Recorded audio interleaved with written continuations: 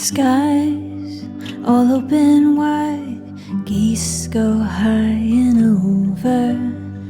Oh, now you're a beachcomber, a fistful of sandfire, sea, lavender. See you next year.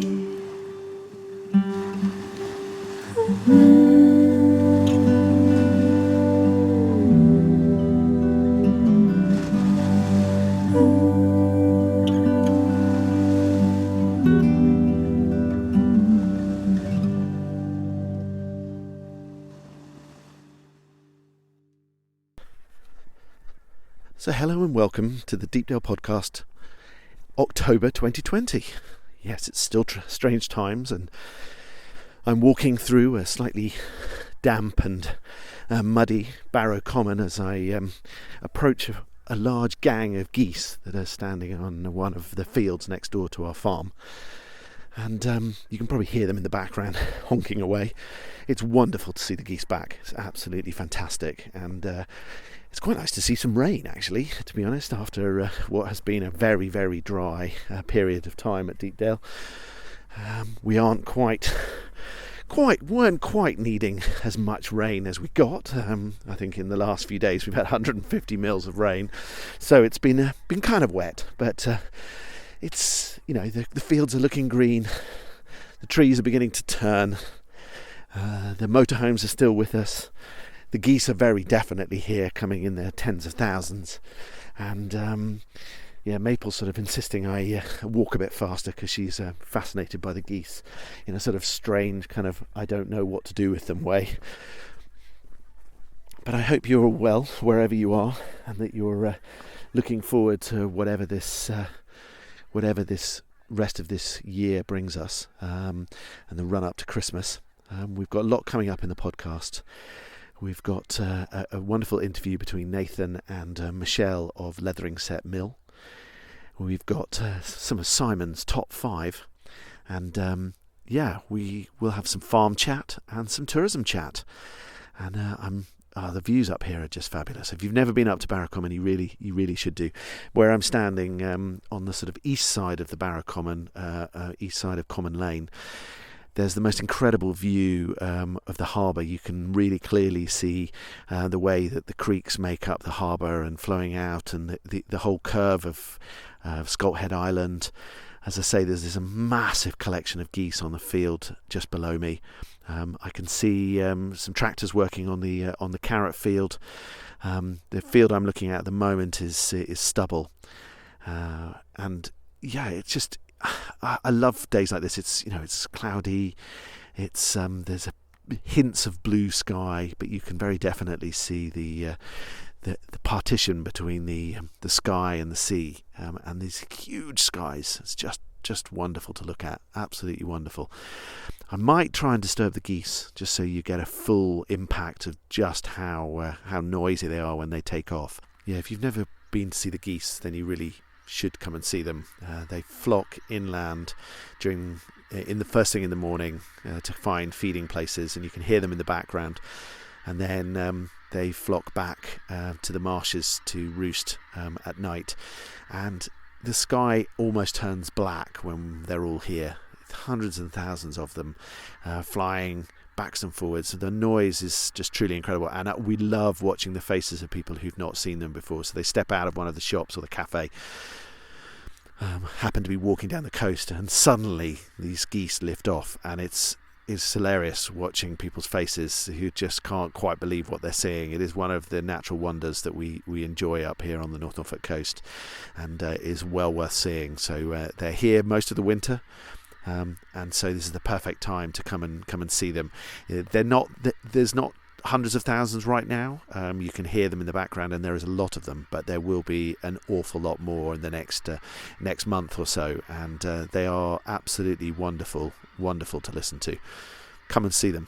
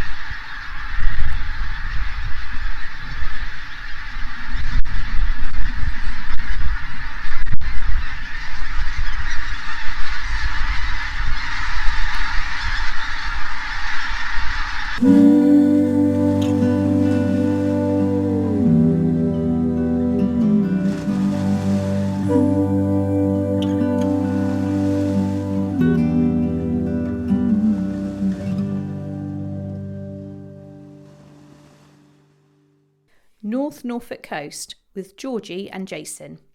Hello, Georgie. Hi, Jason. Are you right? Yes, are you? Yes, I think so. Good. Yes. September's over. Where did it go? Oh my god. So earlier I was doing something boring and accounting related, and the date was I'm supposed to do it every 3 months, and I was like, oh, it's not time to do this yet. I've done it in June.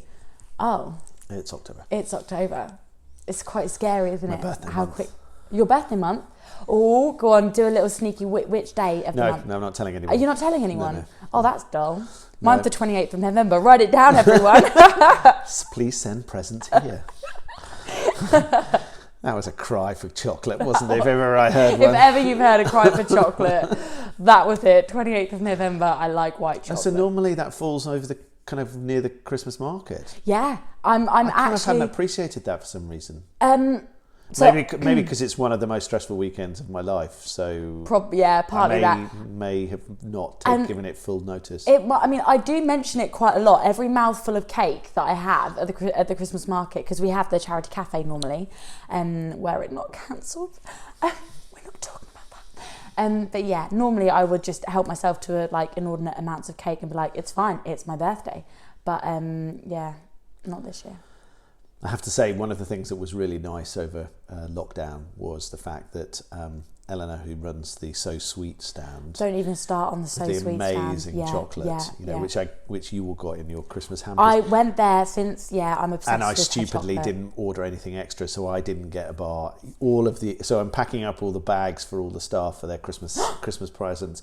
Spoiler alert! There, other members of the crew, we're getting some So Sweet for Christmas. No, this was last year. I'm not telling you. It's just a big really assumption you're getting anything so this year. I really hope it's so sweet.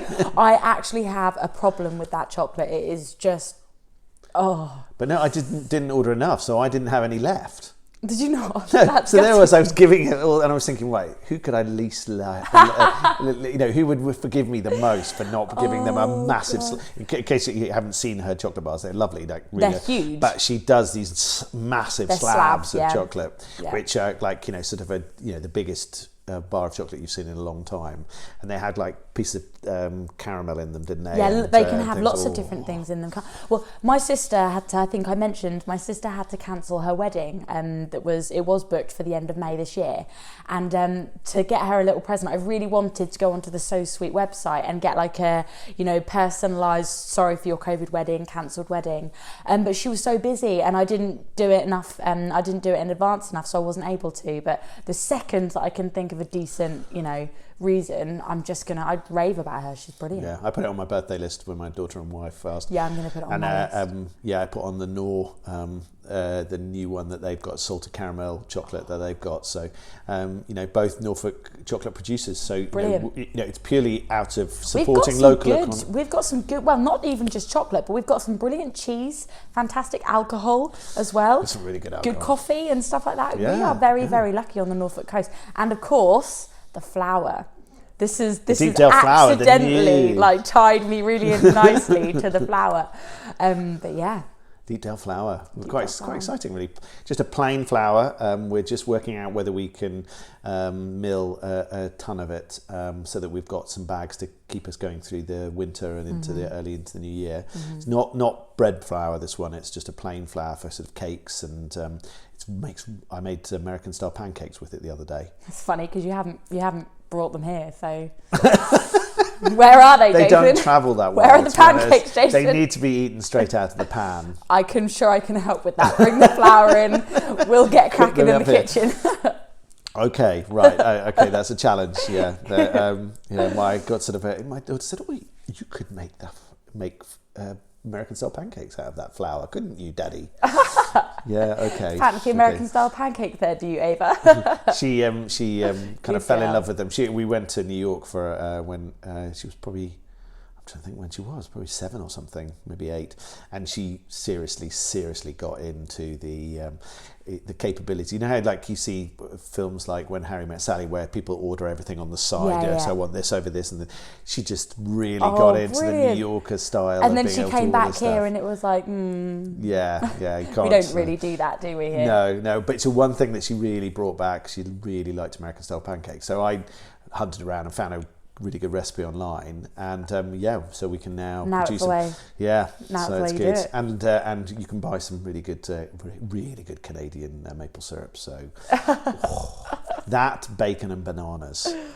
So Can we stop? Because I'm actually getting quite hungry now. So It's not good. far off dinner. So It's good. a really, really nice day. I'm being ironic. So what were we going to be talking about? Everything. Oh, I know what we were going to talk about. Halloween. We were going to talk about the fact it's October and Halloween Yes. is coming, Yeah.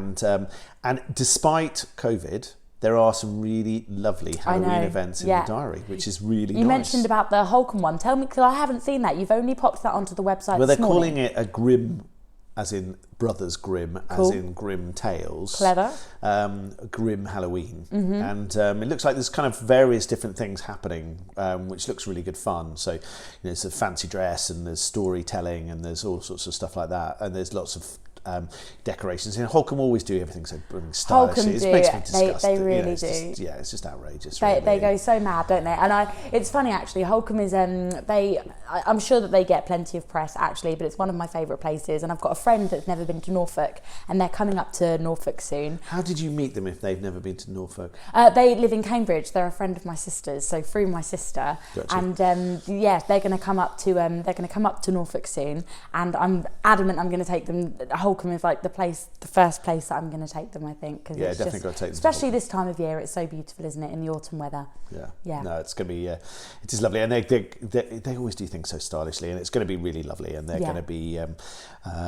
So that'll be really nice, and then we've got a few other sort of there's some spooky there will train be. I rides mean, Norfolk. and stuff like that. Norfolk we do Halloween quite well. I think. Don't And I think the thing is, it's a bit later kind of publicising them because people are thinking about quite carefully about how they make them social distance and COVID secure and stuff. But all of the people who've announced so far will do a really good job and things. So if you go on our website, you can look at deepdalebackpackers.co.uk/Halloween, and we've got a special page just about Halloween events, and we'll keep adding to that. So as we get closer to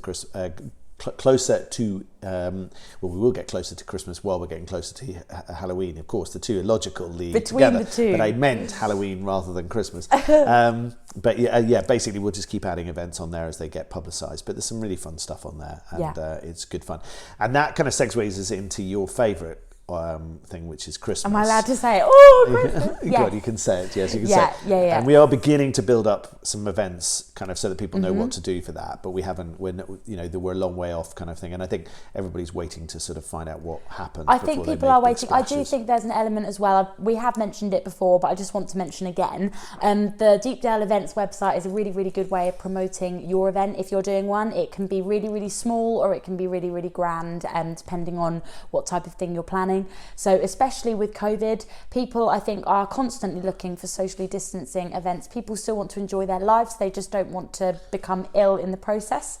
So if you have got an event, or you know of an event that is going to be socially distanced coming up, or even in the distant-ish future, then go on to deepdalebackpackers.co.uk/events and click on submit an event. I can do it, it's not that hard, and you can upload a nice picture. So even if you can't think of anything really interesting to say, just upload a cool picture and no one will care. Yeah. Exactly, and it's free, and we'll publicise those events. Oh yeah, I should have mentioned that. It's free, which is really cool as well. Which is pretty cool, and those events get put on 3 or 4 websites and various social media things, and on the screen in our information centre. So quite a few people will find out about the events. It's and it's one of the it's really well read pages on our website, and it's people really like it. And our customers get an email before they come, a few days before they come, telling them kind of with a link so they can then look at all the events that are happening while they're on. I'm not going to lie, we get pretty excited about it as well. And the more an event kind of ignites a fire in us, the more likely we are to go, oh, if you're staying over the weekend, make sure that you do this while you're here. So and it can be literally something tiny, like a sort of a tabletop sale in aid of a charity somewhere, up to like a really big, like we've got the primeval stuff at the Raw Dinosaur Park. So it's which is not for people who don't like horror films. I can just say don't be fooled by the fact that it's a children's kind of theme park. I've been twice, and I don't know why I've been twice. I should have been once. It was a huge amount of fun. It was really, really scary, and I love a horror film. I'm not faint-hearted at all, but it was really quite scary. So I'm not going to it. I won't sleep for weeks. I do feel like it's something that everyone should do at least once. But it is genuinely really I'm scary. old and not that stupid anymore, so it's fine. Well, the staff I'm still really stupid, get into but not it. that The stupid. staff really get into the spirit and stuff, so it's a lot of fun. They go, like Holcombe do, they go all out with their decorations and with their themes and stuff. So it's so much fun. But not for the faint-hearted. No, and it's all ticketed and socially distanced and stuff. So book that. I think so with all definitely of book these events, anything that you see, look into it. Maybe give the organisers a call and just find out if you need to buy a ticket, because you don't want to be disappointed. No, you don't want disappointed children either. No. The worst thing about it. Don't take children to primeval bad. Do not do that. Unless they're But anyway, no, that's by the by. And so. With the pop-up shops at Dalegate are kind of continuing. We've had so many lovely artisans this year. It's been fantastic, and people who we don't see that often booking pop-ups, because lots of other events are cancelled, and it's really nice to see them. And we filled up some extra dates, so they're now running till the end of October. Thursday to Tuesday, and then in November, from mid-November through till almost Christmas, they're running for Friday, Saturday, Sunday. Brilliant. So there's some really They'll nice get artisans. plenty of walking, plenty of footfall, won't they? Yeah. For that, they're very busy. Yeah, and because we're not doing the Christmas market, what we're going to do is sort of do Christmas shopping at Dalegate Market and sort of promote. Kind of coming, all of our shops are open every day until Christmas, so there's plenty of good shopping from them. And then we add the pop-up shops for the Friday, Saturday, Sunday, and then we hope the cafe will be doing some Christmas-related food and stuff like that. So they're still going to be, because I know that the cafe is changing hands soon. It is. Well, it's up for sale. So it's not changing hands. So as of yet. So it's we haven't. The decision is where it goes. So if you're interested in running a cafe on the North Norfolk Coast, then oh my gosh, then can you imagine if you could, because it's such a popular destination. We get so much footfall along this area, not only for people that stay with us, but also for people that are visiting the coast and stuff. So I can't believe that hasn't been snapped up already. There's been some really good interest. Okay. So I think it won't be up for it's sort of early days, because I think it's been on the market for week and a half, 2 weeks. Okay. So it's sort of getting out there now, and people are beginning to realise it's for sale. So cool. it's going to be like some really interested people. I've been sort of showing them around. Graham and Viv have been showing them around at the cafe, and then I've been meeting them and talking to them about what we want to achieve as the landlord with the cafe, and talking about how it fits with the tourism business, and all of that kind of stuff, and the events that we run in a normal year, and that kind of thing. So it's it's a brilliant opportunity for someone who fancies running a catering business. It should be really. If cool. I had a clue how to do it, it would be really, really fun. I'm sure, but I wouldn't. The trouble is, you would eat all your profits. I would eat all my profits, and actually, I don't know if I'd want to eat what I made, because I'm not that great at baking, and that probably means that nobody else would want to eat that many things either. So I think there wouldn't be that many profits. Yeah, there are quite a few flaws in this plan. I've started to find. No, I want to denigrate your cake cooking capabilities, but I know your cake eating capabilities are very good. Yeah, they are on point. I've practiced them far more. Yeah, the latter bit good. The former bit creating is not so good, but that's good for local businesses. So there we go. Yeah. So, so that's I think there's what else to say really. There's we keep listing events on our website. Keep looking on there. We're still open for motorhomes. The plan is to be open for motorhomes with their own facilities through till Easter, and then. Fingers crossed, normality opens, and then we'll begin to, from the end of March, open up for everybody else. At the moment, it's sort of watching and listening brief as we go forward, and then the hostel is open. The private rooms are open. Yeah, we are practicing. We're doing, I think, really well with the socially distancing as well, because it's an older building. All of our the hostel and the backpackers hostel and the groups hostel are based in older buildings, so they're not necessarily designed to be socially distanced. But the policies that we've got in place, you are able to socially distance here. You are able to practice good hygiene and still see some really, really beautiful places. And I don't know why I'm saying this, because I don't want the Norfolk coast to get heavingly busy. I like it at this time of year. It feels like mine. But it's so beautiful at this time of year. And I think as long as you bring the right suitable clothing, you can have a really amazing time up here at the moment. So you can share the secret with the people who listen, and if they don't listen, they've missed out. Okay, that's cool. I feel a lot better now. Yeah, come to Norfolk. It's beautiful here at the moment. It's so lovely. lovely, and you can get some really, really good like headspace and stuff. So come to Norfolk. And before I kick you out and and get Nathan in to sort of chat about the farm, we filmed our promo video I on saw, Monday. yes, It's very some of the exciting. pictures. How did that go? Well, it was really fun actually. It was really fun. We discovered that the two models that we were using, one of them is Caroline's cousin. Yeah. Our Caroline's cousin. That sounded... and she hadn't quite realised until that morning. No and she was, way. And I didn't know that at all. So that was How really random. cool. And they hadn't seen each other for a while, so that was really lovely. And so we and our lovely friends at Holcombe let us film down on the Holcombe Beach and in the Holcombe Pine Woods, so that was fantastic.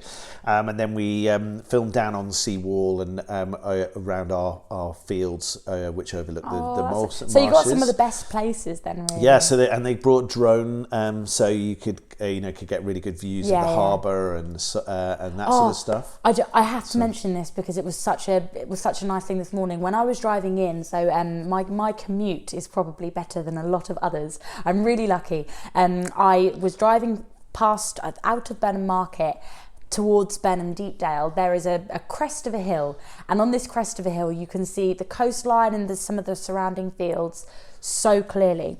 And this morning the tide was quite far in when I was arriving at about 9:15, 8:30, and the sky looked quite moody because it's in October and it was quite early in the morning.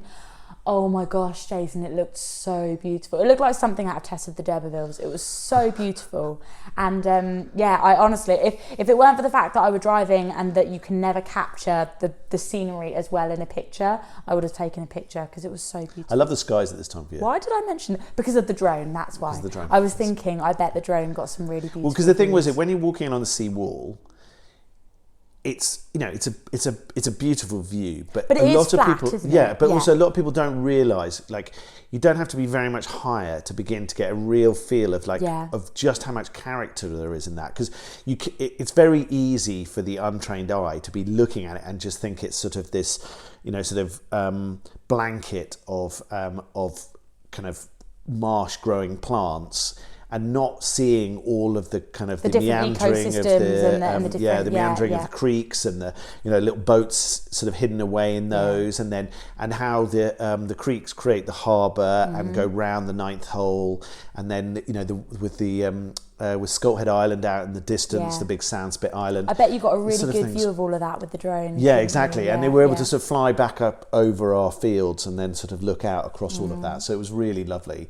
And then we finished off. I look forward to seeing that. I'm really looking forward to seeing it, actually. And it was all about kind of, sort of why this is such a beautiful place, if you said to me. And then we finished off with them eating marshmallows over a fire pit. I saw the pictures of that, and I saw the pictures of that being recorded by the guys from Archant. And I thought, this is going to be good. Because that's what Deepdale is about. It's about seeing all of that stuff and then being able to come back and enjoy the space with your family and with your friends. So just being sort of an oasis. Yeah, brilliant. And we got the massive marshmallows, no halfway. I saw the leftovers in here, the ones that are the size of a mug. Although the bag is significantly emptier than it was on Monday. Were you expecting anything else? I'm amazed it's lasted as long as it has, to be honest, because it's 3 days later now, and I expected... They've lasted longer than the donuts you haven't brought in for a while, just saying. I'd just like to say that they're normally from Morrison's, and I didn't really fancy fighting my way to Morrison's every morning to go and get them. Whereas I'm sorry as well, that was really rude. Pre-COVID days, I used to just, nip in, grab something. Yeah. Now you'd have to be masked up, and it just sort of... Yeah, it's sort of lost its appeal in quite the same way. It's a semi-unnecessary risk now as well. Exactly. It's like if you're only going in there for donuts for staff, then... You kind of think, I love the team. And we love donuts. And you love donuts. But we want you to stay well, so minimise any unnecessary... I'm glad that my health comes above donuts, but I hate to say that. Don't get cocky with it. It really is marginal. Okay, good. Excellent. Well, that's probably the right moment to say thanks very much, Georgie. See you later.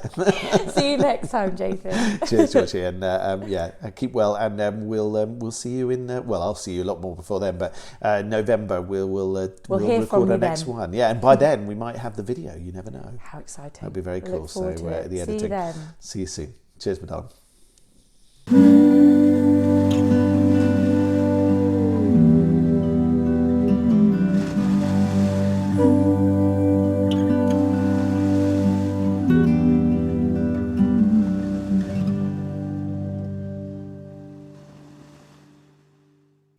Top 5 with Simon.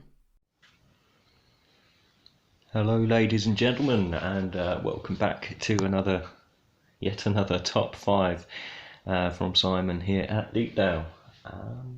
This month I'm going to run through Top 5 most requested elements of the North Norfolk Coast by our guests that we lovely get to interact with every day down at the Visitor Information Centre. Of course, people do arrive here at Deepdale and they do not know the area and they've never been here before, and we're happy to advise them on where they can go and do whatever it is that they wish to go and do while they're here. So we'll run through our top 5 most requested destinations, let's say, here at Deepdale Backpackers and Camping. Number 1 is, of course, where is the best beach? Where is the nearest beach? Which beach shall I go to? And of course, directly in front of us here at Deepdale is a salt marsh, not a beach. We are cut off from the beaches by the creeks. And of course, this provides this fantastic wildlife area directly outside our door, full of birds, wildlife, and mud. So if you're looking for a beach, don't head onto the salt marsh in front of us. No, you were going to have to go to either Brancaster or Holcombe. And I would say,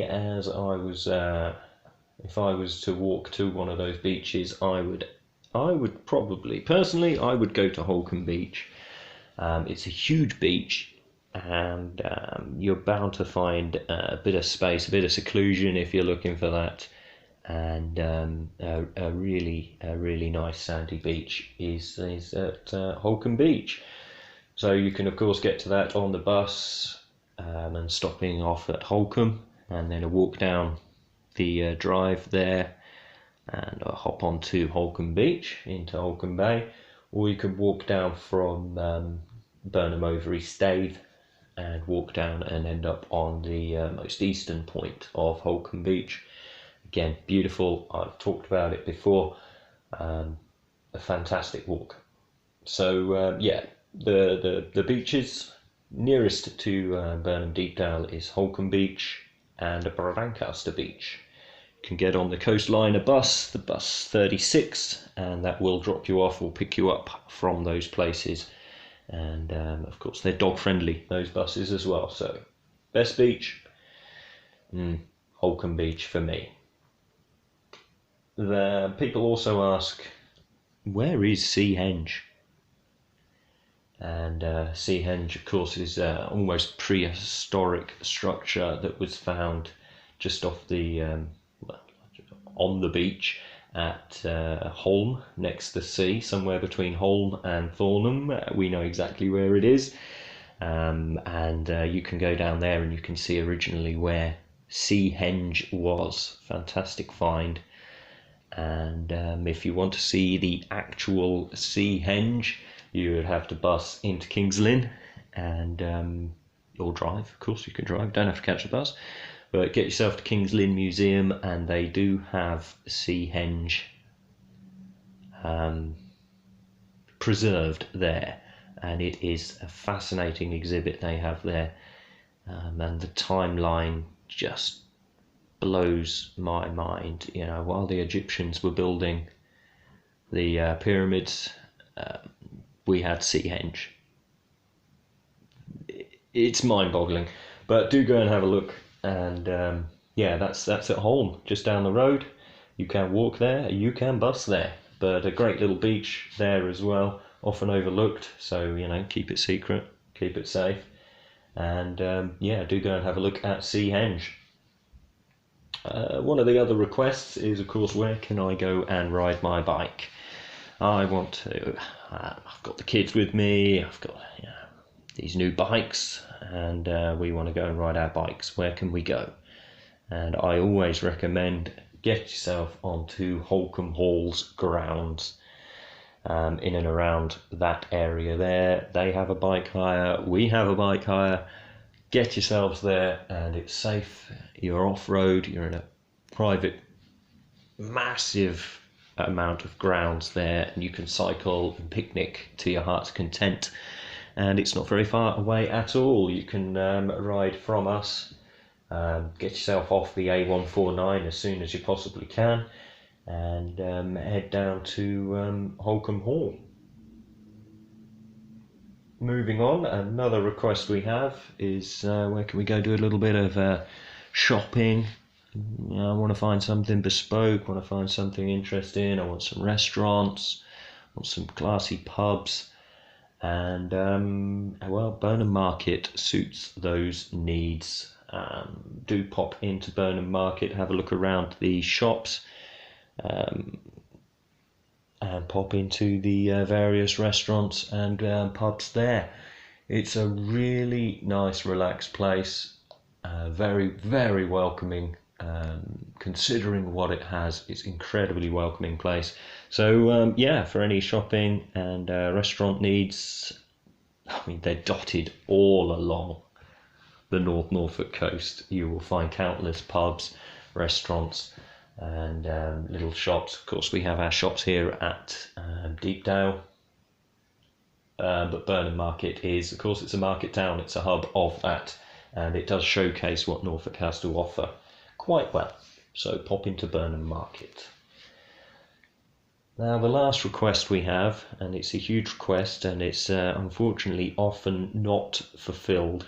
It's something we can't really recommend accessing, and that is Scolt Head. You'll see it on our, in fact, if you're listening to our podcast on a video streaming site, you will probably see Scolt Head in the picture Jason's put up.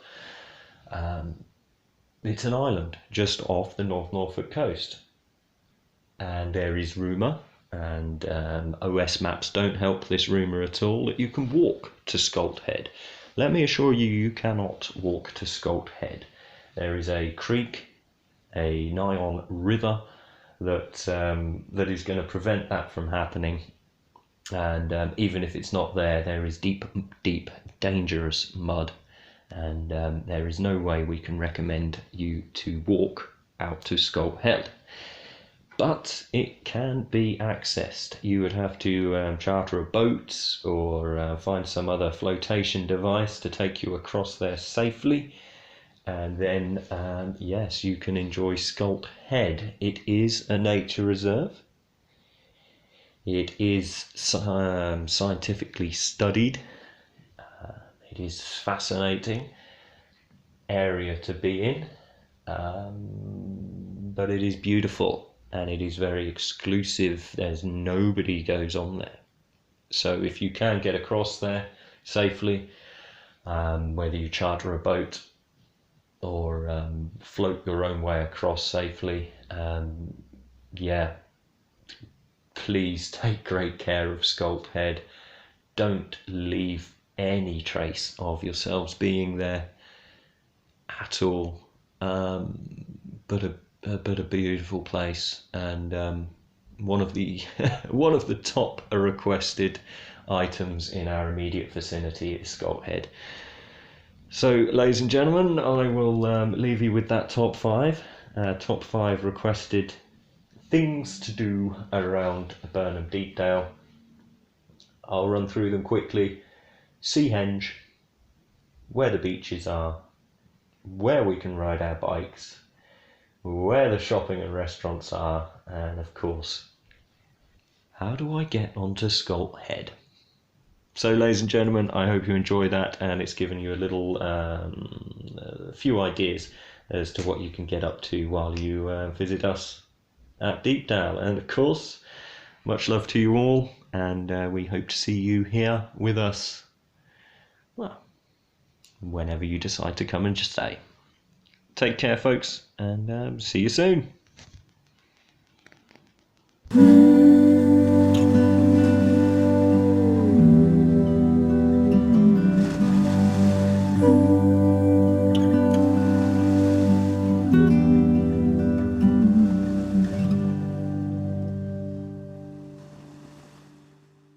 local artisans and producers. Introduce yourself, sir. Yeah, I'm Vic Gerard. I'm one of the millers at Letheringsett Watermill, and we're keeping fairly busy. What have you been up to today, Vic? I'm milling spelt today. Started about 9 o'clock, and we'll probably run through till about 2. Lovely. And spelt's not the only thing that you're milling here, is it? You've got all sorts on the go. No, we do normal wheat, rye, and soft wheat for normal baking. That's about it, really, I think. So, talking with Michelle just recently, she said it's been fairly busy for you at the mill this year. Yeah, we're extremely busy over the lockdown. We were doing, well, Michelle anyway was probably doing a 7-day week.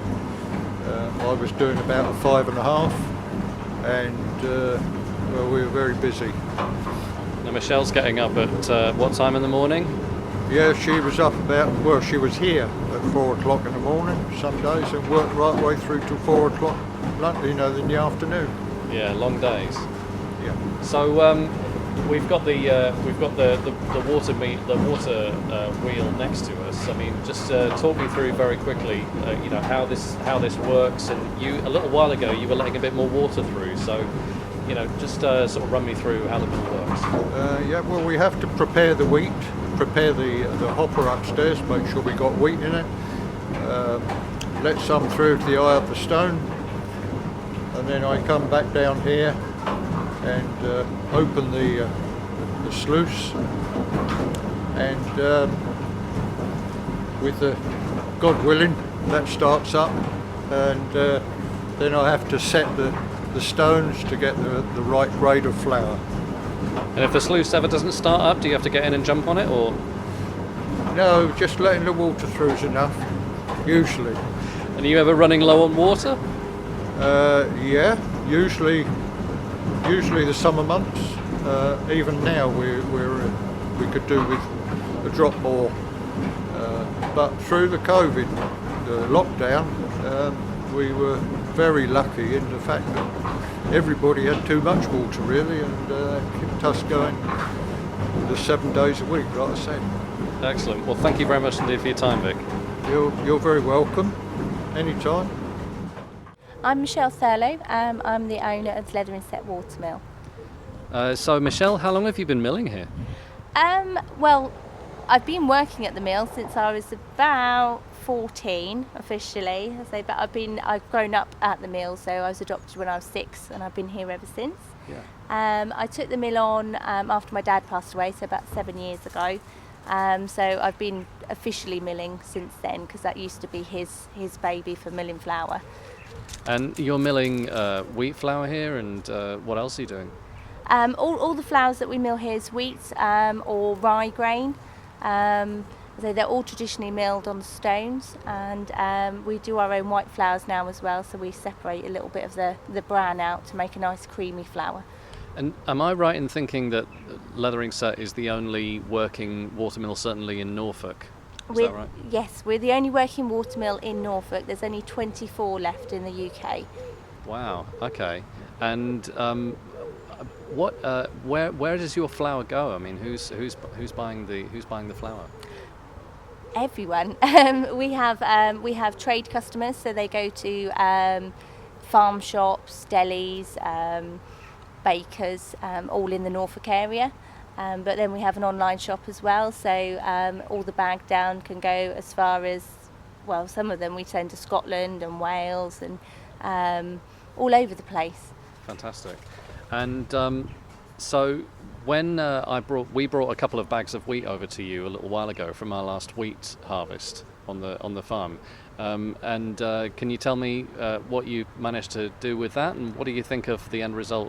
What's the flour like? What do you reckon? The flour's turned out really lovely. Yeah.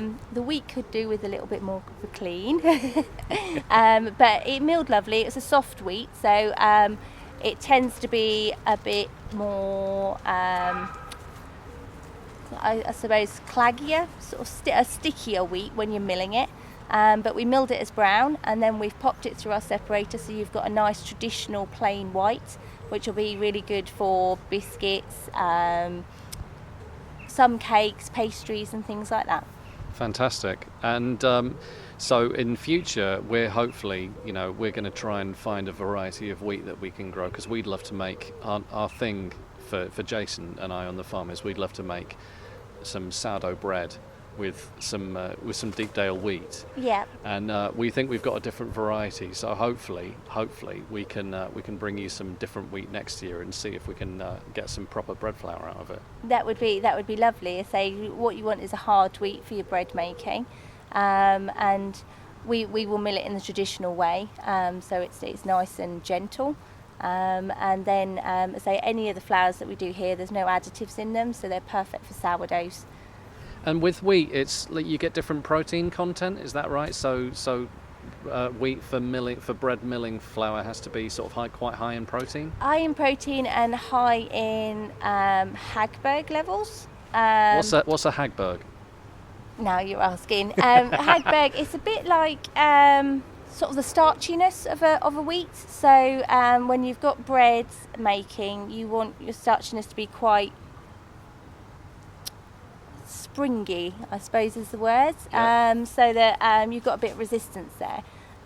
So you want high protein, you want high Hagberg. I mean, we work off of something around about 365 in our Hagberg, which doesn't mean anything to anybody else, but that's what we work off. So about that, and about anything above 13.5% in protein, and then that will make you a nice bread flour. You heard it here first, Jason. We're looking for 365 Hagbergs. A lot of things. I say I have to learn on the way, and all the figures and numbers do confuse me a lot sometimes. I generally go by my farmers, and they get it tested, and they say yes, that's okay. And so you're working with a fair few farmers already at the moment who are sending you their wheat. Yes. We get all of our spelt grain from RW Hill Farms in Shibden. All of our other grains come from Dewing Grains, and they source from Saul. And then, say we're working with you. We're working with a local farmer at Blakeney to do a specific flour for one of our bakers. And we mill the wheat for Sandringham. So we mill all of their Sandringham estate wheat for their visitor centre. Well, it seemed like a stupid question, but why do you think farmers would like to bring their wheat here? Why get it milled traditionally?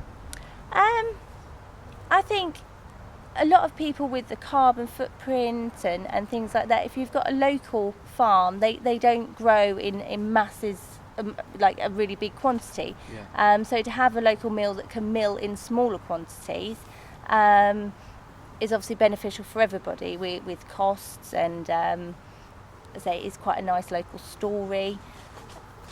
Yeah. So where you are at the moment, you're producing the flours. You're also doing, is it mueslis and various other bits and pieces? Yes, we used to hand mix the muesli. I've now actually renovated a mixing machine, so we mix it using the water wheel. But it's a very specific recipe to Letheringsett, so it's quite a good seller. We also mix for a company called Norwich Porridge, and so we do them 2 blends of porridge, which he sells I think he sells online with that one. Yeah. We hope in the near future that we will do Norfolk oats, but that's a bit of a story there, where we need an oat dehuller to take the outer husks of the oats off, so that we can then run it through our oat rolling machine.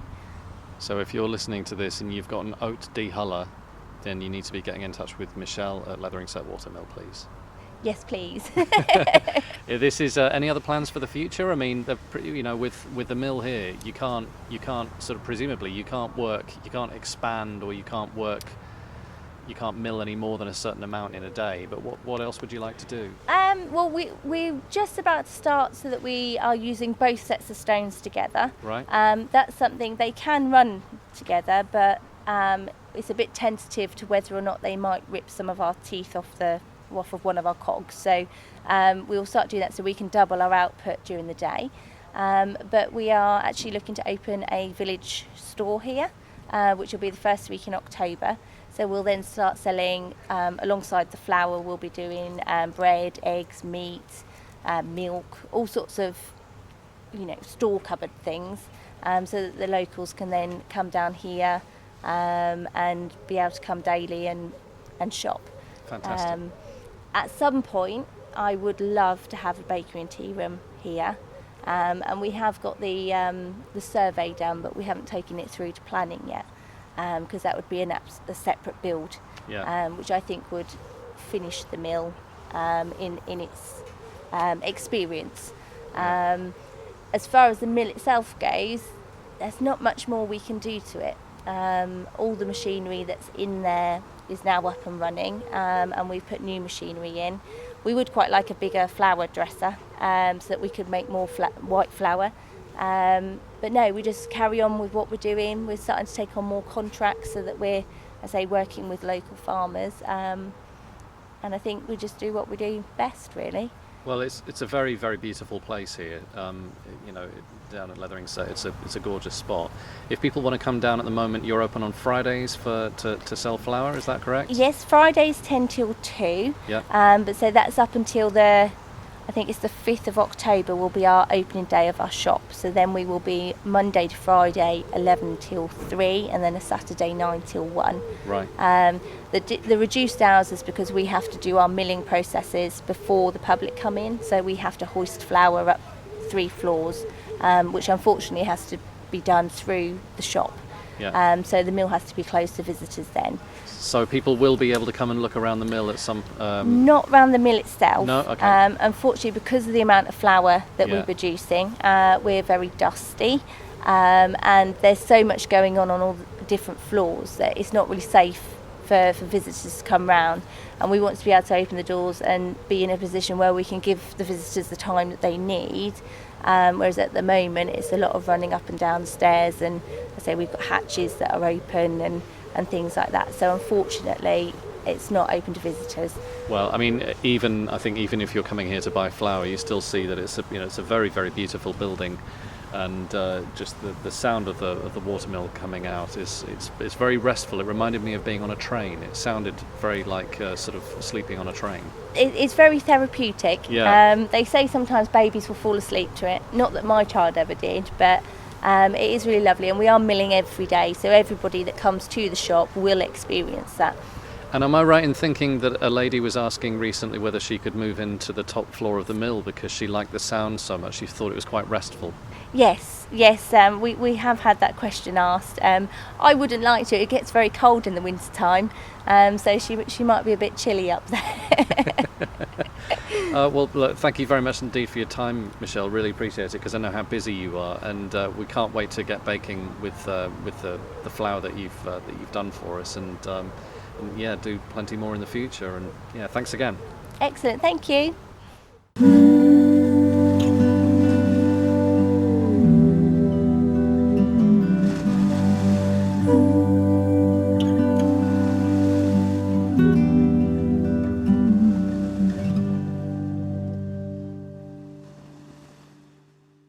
Farm Chat with Nathan and Jason. So hello. Hello. Are you all right? I'm very good, thank you very much, yes. Nathan's put on his glasses specially so he can concentrate and sound academic on the podcast. Yes. So he can talk deeply about oats and winter peas and yes, cover crops and yes, indeed, clover and yes. Yeah. Have we managed to plant any clover? Or have we has the weather been against us? 20 hectares of clover in the ground so far, I think. No? Yes. Sorry. We've had a bit going on. This has been a bit manic. 20 hectares of clover in the ground so far. We have an additional 5 hectares to go in. It's probably too late now for us this year. They were going to go into a field that we're still waiting for the potatoes to be harvested from. Yes. So I'm still waiting for the potatoes to be harvested. But then they were supposed to come in on Monday, and we're glad they didn't, because we had 120 mils of rain over the weekend, didn't we? There has been just an insane amount of rain, and it's not good to get onto the fields at all at the moment, because we'll just end up completely trashing them. But the good news is that our flood defences worked. That was That was amazing to see. That was brilliant to see. So we've previously had conversations about sort of, what are the things that tell us that our sort of flood defence work, and also things like cover cropping and this kind of thing. What will tell us that this is working? The fact that we haven't flooded the neighbour or the village church, excellent. We like that one. Yes, but also I went to one of the fields that was the most problematic at the beginning of this year, when we had Storm Kira and Storm Desmond that did so much damage. You mean the one that made the road flood so much that you could canoe down it? Yes. Yes, indeed. And so I went up there to look, and the new catchwaters, the dikes that we've put in, are doing the job of capturing runoff from the field. And the pond that the Norfolk Rivers guys dug for us in the bottom of the field was catching water and storing that, and that water has now been percolating away. So it's actually all been doing a fantastic job. And what's even more encouraging was that I was seeing water flowing into sort of the catchwater basically before it came into the pond, and it's clear. And that's brilliant, because it means it doesn't have our soil in it. It means it's not washing the field away. And that was one of the best things to see. Now, law of unintended consequences, or maybe we sort of slightly saw this coming, the bitter irony of the fact that we had literally just harvested potatoes from a field, and we had a lot of runoff coming from a different location into this particular field that we had literally just lovingly sown clover and mustard. It looked really into. pretty the day before it rained. It looked fantastic. And then literally the day after, all of this stuff had gone into this field. So it was completely bare soil, which we don't like. And sort of one of the cardinal rules for the farm moving forward is that we will not have any bare soil anymore. And we've talked about that before. But the field was all bare soil. And then basically there was a load of water went into it. And some of that soil got washed off the field and onto the coast road, and it's kind of heartbreaking to see. But at the same time, there were other fields that have previously been really problematic, and where they had cover crops on, there's nothing. There's no water flowing off them, there's no soil flowing off them. So we know that this stuff works. We're seeing it really, really graphically. So it's just one particular field got a bit of a hammering, and we couldn't get it sorted in time. But it just reminds us why we're doing this stuff, because it works, because it's effective. So yeah, we'll fix that field as soon as we can. Yeah, and actually, weirdly, like Burnham Brisk, which had the really bad flooding at the beginning of the year, was one of our highest cropping fields on the whole farm in harvest. Yeah. So it wasn't. It looked truly awful at the time, and it was not great that our next door neighbour had quite a bit of the field in her house, which we're still working on, and we did. That was why we put in the pond, and that's why we put in the breakwaters, and that's why we planted hedges, and that's why we put in cover crop areas. And it hasn't happened again, despite having 100 mils of rain on Friday all in one day. And that field has, the nice thing was that field obviously wasn't as badly damaged as it appeared at the time, because it still cropped reasonably well. And now we're stopping the water coming off that field and going and doing any destruction. So that's really good. So, this is the thing. You kind of, you deal with one problem, and, what you're desperately trying to avoid is creating an alternative problem off the back of that. And we'll see. But, what about a week ago? The day that it rained 100 mils of rain in a day. Yeah. I was standing in woods and fields at Ken Hill. You sensibly decided that you had more important things to be doing on the farm. I think you got soaked, but not as wet as I did. And I got into the car and switched on the seat warmer, and I couldn't see anything out of the windscreen because there was so much steam inside the car.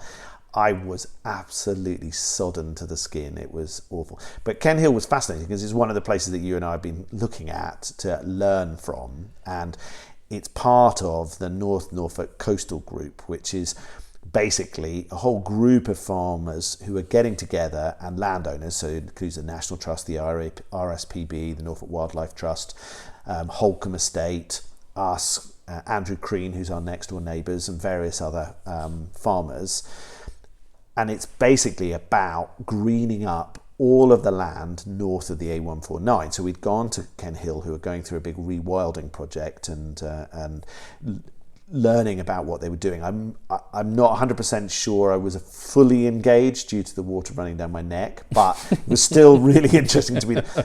Even my Australian Akubra hat didn't cope with the rainfall. It was that hard. But that was really interesting, and there's more of those sort of farm visits planned and lots of sort of stuff. But the coastal group's going to be really interesting because they're doing a big biodiversity audit for the whole area. And that's going to feed into other groups that we're involved with through Holcomb and various others.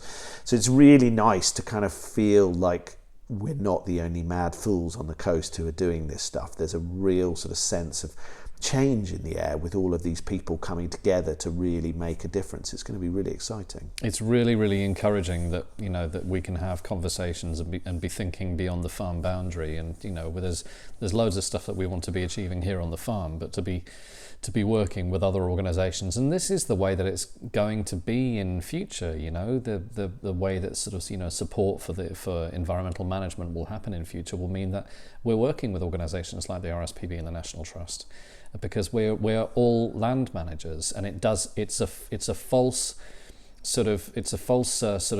division to make between farmers and conservation managers. We're all managing the landscape.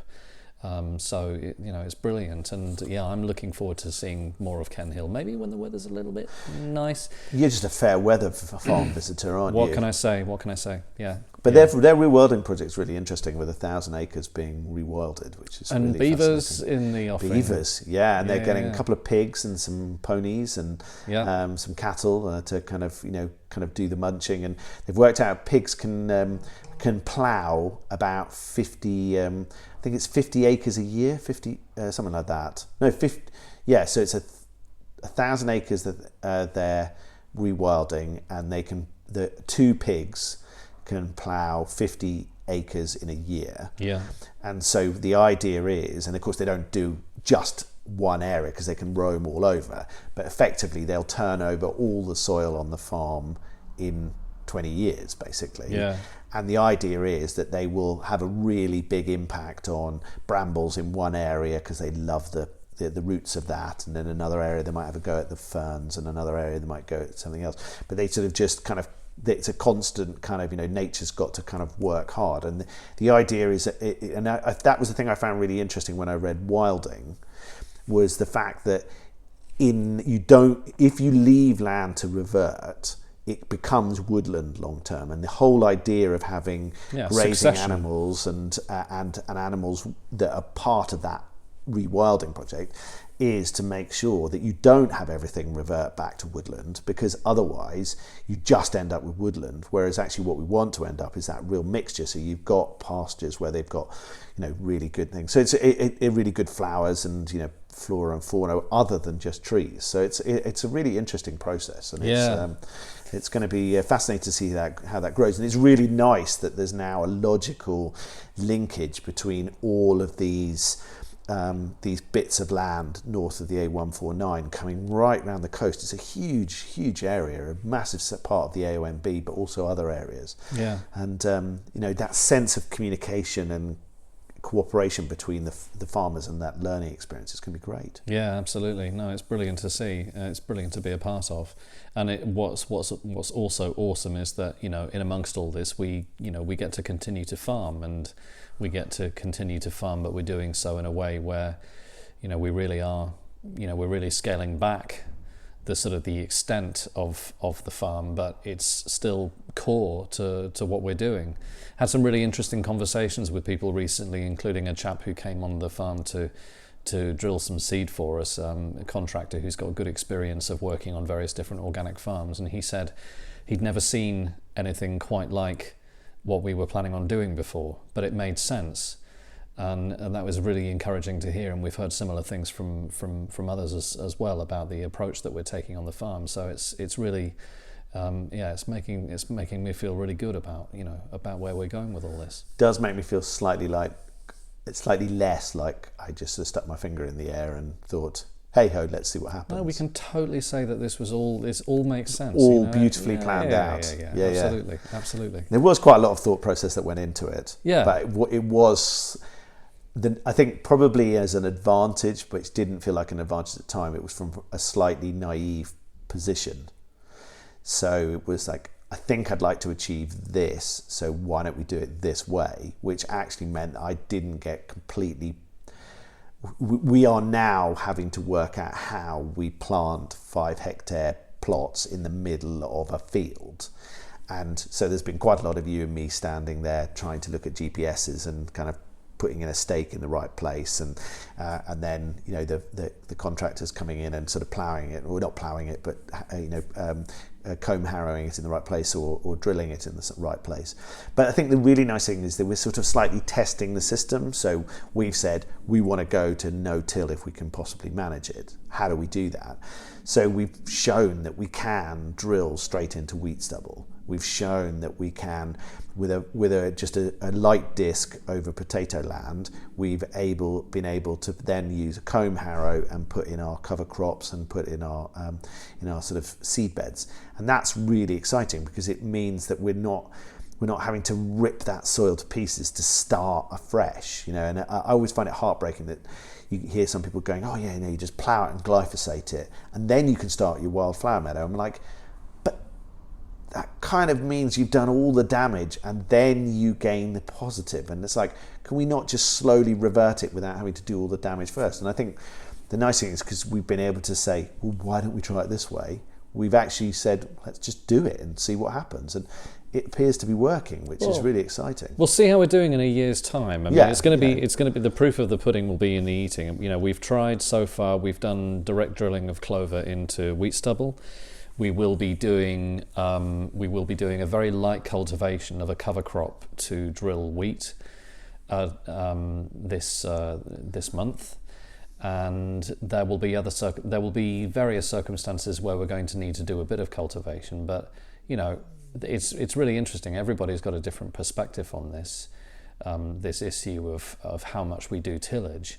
One of the things that we know for this farm is that where we've left a field naked with no green cover on it, then the second an abnormal amount of rain has hit, then we've ended up in trouble. So the cardinal rule for us is we need to be having green cover and sort of active root growth and active plant growth on the go for as much of the time as we possibly can. And that's a principle that, for example, James Beamish, who's the farm manager at Holcombe, he's been working to, and reducing tillage. And also, if we do need to do some tillage in a field, maybe we don't have to do the whole thing. Maybe we don't have to, there's no reason that we have to do it all the way up to the hedge.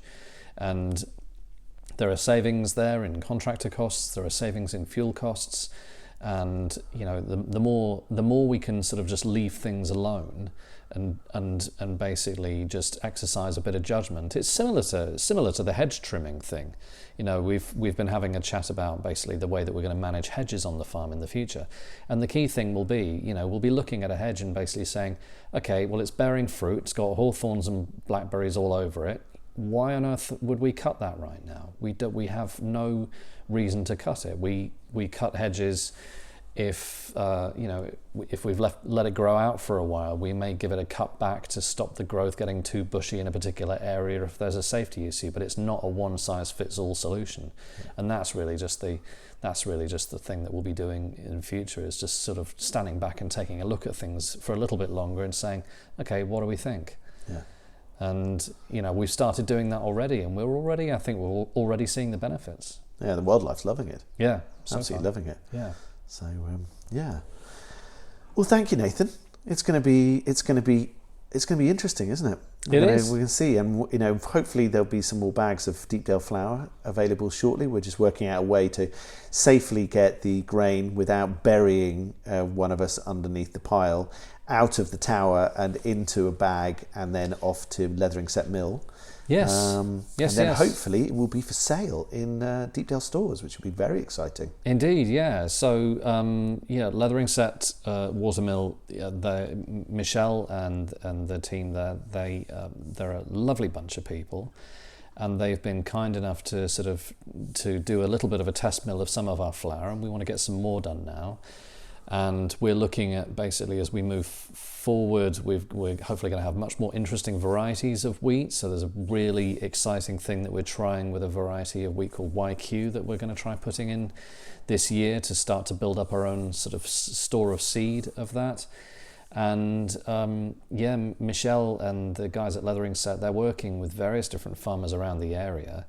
And so I mean, I think we're including a chat that I had with Michelle and Vic. They will have just listened to it. Excellent. So that'd be great. Yeah. So your interviews with them. Yeah. So they are, and they are opening at the mill. They're opening up a shop. I think it's next week. And they're going to be open, you can find all the information online, but they're opening up a village store, and they'll be selling fresh bread as well as flour, as well as other bits and pieces and provisions. And so, just really wishing them luck. It's a really sort of exciting new thing that they're doing. No, it's fab. I think it's great. And I think I'm right in saying, but the demands for the flour from that mill have increased quite dramatically due to COVID, and I really hope that people realise the time and energy, and particularly the passion that people like Michelle put into these local products. And so please keep supporting them. Even when sort of normality arrives, and you feel completely comfortable about going to a supermarket, still remember these little guys who worked really hard to supply you with the essentials when it came to the crunch.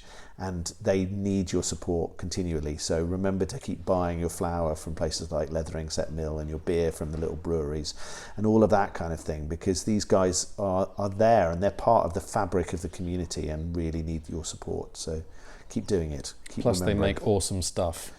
That really helps, the fact that it's awesome stuff. But yes. It's just they've a lot of them have worked right through lockdown, haven't they? Sort of still producing really high quality, high end products. Yeah. And being able to supply it on a local basis that they just wouldn't have been able to do normally. So it's great.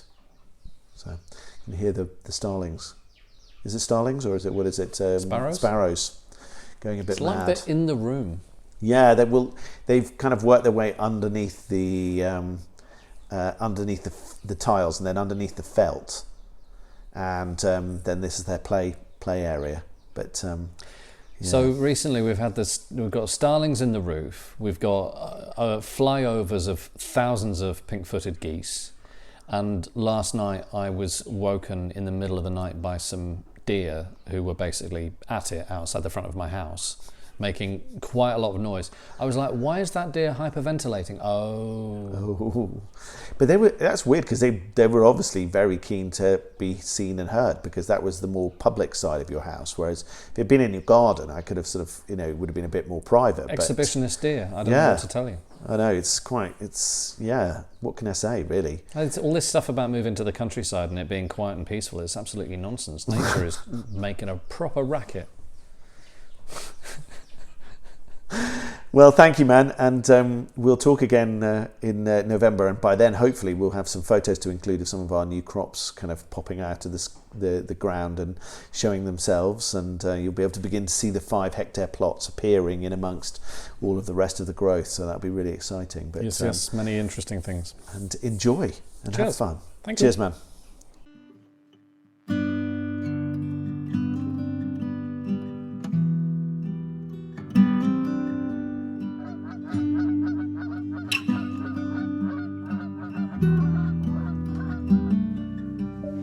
Skies all open wide, geese go high and over. Oh, now you're a beachcomber, fistful of sandfire, sea, lavender, see you next year.